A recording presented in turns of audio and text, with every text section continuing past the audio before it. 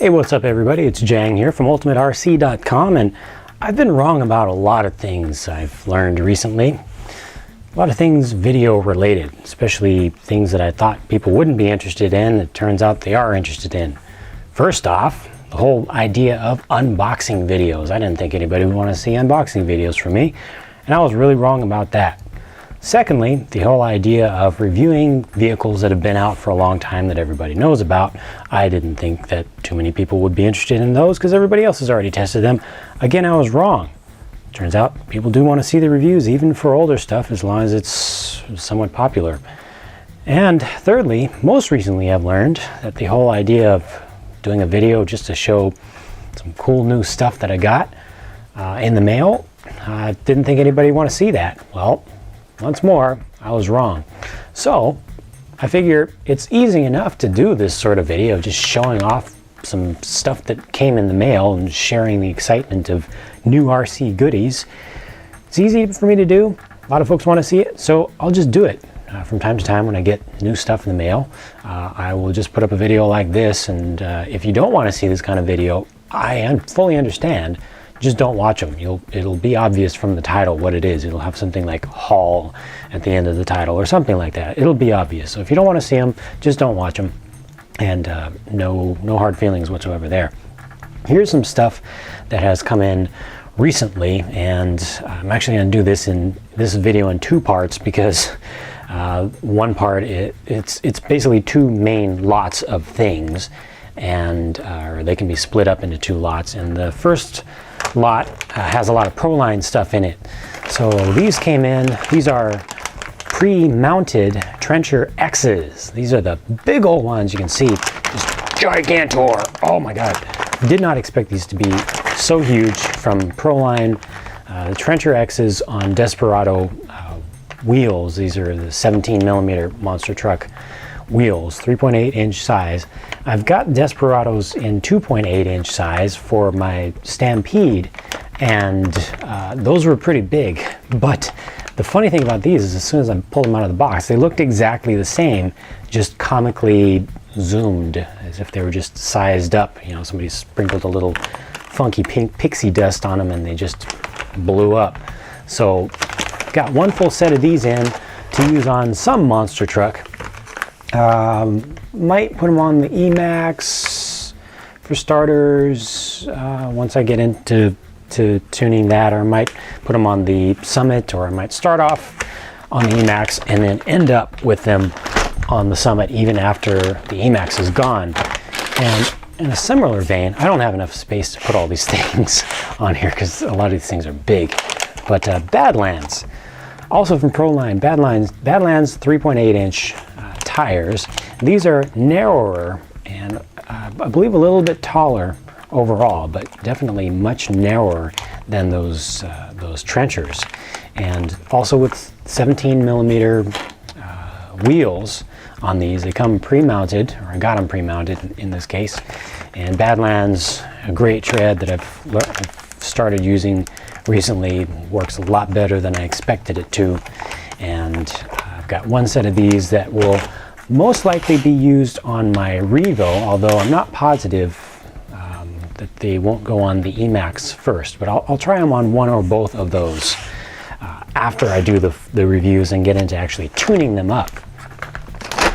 Big old wheels. And then here's a blast from the past. Whole shot tees in M3 compound. I have used a lot of these in the past, before most of you knew that I existed. Back in my racing days, these were my main tire of choice for the Ultimate Rustler out at Delta RC in Antioch, California. Got a lot of podium finishes with these tires out there.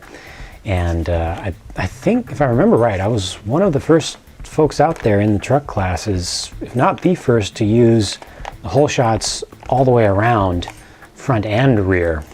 Most of the time, back then, in the late 90s, early 2000s, everybody was still using edges or maybe blades up front. You know, something that has some ridges on them. And for the Rustler in particular, I found that running hole shots all the way around was a pretty good setup on that particular dirt, and with all the modifications that I had done to my Rustler. So I got another set of these, 4 again, and I'm planning to probably do the same thing that I did way back then. Put all 4 of them on all 4 corners of a Rustler. Once I get moving on to tuning that, I just recently got up the review of the Rustler, and we'll eventually move on to the tuning phase. Now here are some more Proline tires again. Like I said, a lot of this stuff is grouped together. So I got 2 sets here, or 2 pairs of square fuzzies. They recently brought the square fuzzies back out. I love these. I've actually never used them myself for the buggy style. I think that this is a good tread pattern for my local track, NorCal Hobbies in Union City, California. Their new indoor track. So I know some folks started out using hole shots. I think that the square fuzzies might work out a little bit better, but I got some in M4 and also a pair in M3, a little bit longer lasting. And then for fronts, again, a pair, two different options here. The 4 ribs, your traditional direction. Well, these actually aren't directional, but your traditional ribbed 2-wheel drive fronts here. 1 pair of those in M3. And then in MC clay compound, I got also a pair of scrubs. These are scrubs 2-wheel drive fronts. So this is more of a treaded, this is more of what you would see on a 4-wheel drive vehicle more commonly, but these can work on some surfaces also. So I want to try these out also and see how they compare on that local surface. These will first go on to my Team Associated B4.1 brushless edition that, as of the time of this video, I'm still in the middle of reviewing. So when I get to tuning that to try to get the most performance out of it on the track, then I will be putting some new tires on there, because that's very important. The stock tires really aren't good. 4 pairs of Proline ProTrack suspension kit / rear arms, just the rear arms from the ProTrack kit. I already have a full ProTrack kit that I've been using for some time and experimenting with in different ways, and you'll see it showing up. I think you've actually seen it in at least one video in the past, possibly without knowing it, but you'll see it come up on a project sometime this year also. Not something that you would expect either, not like a racing slash. But I didn't get these for the slash at all. I got these for things like Rustlers and Stampedes, because they have this pretty much the same width as a stock Rustler rear arm, or stock Stampede 2-wheel drive rear arm. I think it's a difference of 3 millimeters. I don't remember which one is longer. I think these are a little bit longer.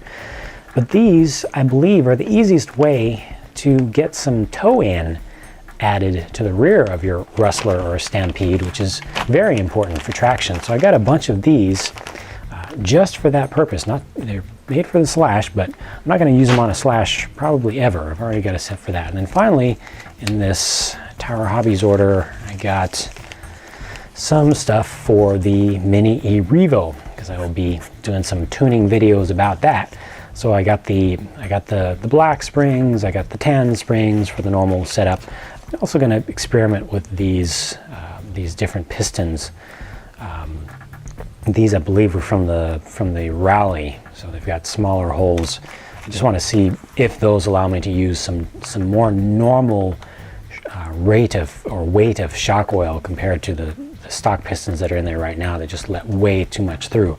And then these guys are shim kits for differentials, and these are released by Associated for the RC18 series of vehicles, but I'm going to use them to shim up the diffs at some point on my Mini E Revo, and hopefully give it a little bit of extra durability, and hopefully be able to do a little bit of a how-to video on that, since it's a very popular and important modification and upgrade to make your Mini E Revo last a lot longer, especially if you're putting higher power through it with better than stock batteries.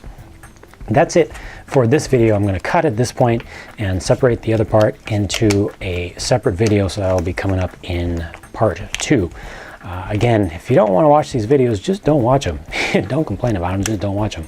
If you do want to watch these videos, well, thank you. I appreciate your support, and I will keep them coming. So talk to you again in a minute.